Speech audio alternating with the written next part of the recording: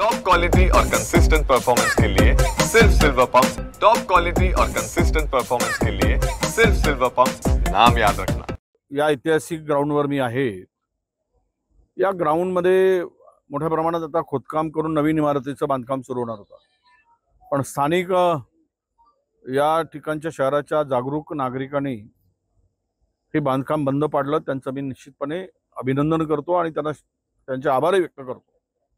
खरं तर हा ऐतिहासिक ग्राउंड आहे, इथून स्पोर्ट ॲक्टिव्हिटी फार मोठ्या प्रमाणात होत असतात आणि इतका सुंदर हा परिसर आहे की पोरांच्या तरुणांच्या भविष्यासाठी इथे या ग्राउंडची आवश्यकता होती आणि ह्या ग्राउंडला डिस्टर्ब करण्याचं काही कारण नव्हतं।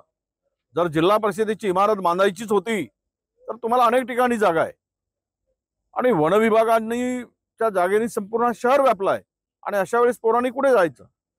इथून दरवर्षी 20-25 मुलं पोलीसमध्ये सिलेक्ट होतात। इथे हॉकीचा ग्राउंड आहे, म्हणजे मला कळत नाही ही कुठला कोणाचा ही सुपीक डोका आहे की या ठिकाणी इमारत बांधायचा। आम्ही एवढंच सांगतो या ठिकाणी की हा खड्डा खोदतपर्यंत हे दोनही आता शहरातील लोकप्रतिनिधी आहेत, आमदार आहेत, त्यांना हे समजायला पाहिजे होता। खड्डा खोदतपर्यंत काय झोपले होते का? आणि आता खळबळून जागे झालेत। लोकांनी आंदोलन केल्यानंतर आम्ही कलेक्टरला सांगितलंय कोणत्याही परिस्थितीत इथे या ग्राउंडला डिस्टर्ब करू नका, ती इमारत कुठे शिफ्ट करायची दुसरीकडे बांधा आणि शेवटचं एक त्यांना सांगितलंय की ग्राउंड आम्हाला लवकरात लवकर बुजवून द्या।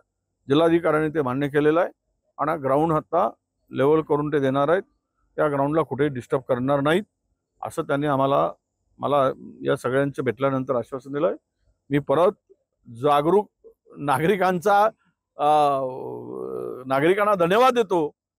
नाहीतर कदाचित या शहरातील नागरिकांनी जागरूक नागरिक म्हणून रस्त्यावर उतरले नसते किंवा आंदोलन केलं नसतं तर हा ग्राउंड कायमचा या तरुणांच्या या स्पोर्ट ॲक्टिव्हिटीसाठी असणारा ग्राउंड कायमचा हातातून गेला असता। त्यामुळे त्यांना शुभेच्छा। आणि इथे बिल्डिंग होणार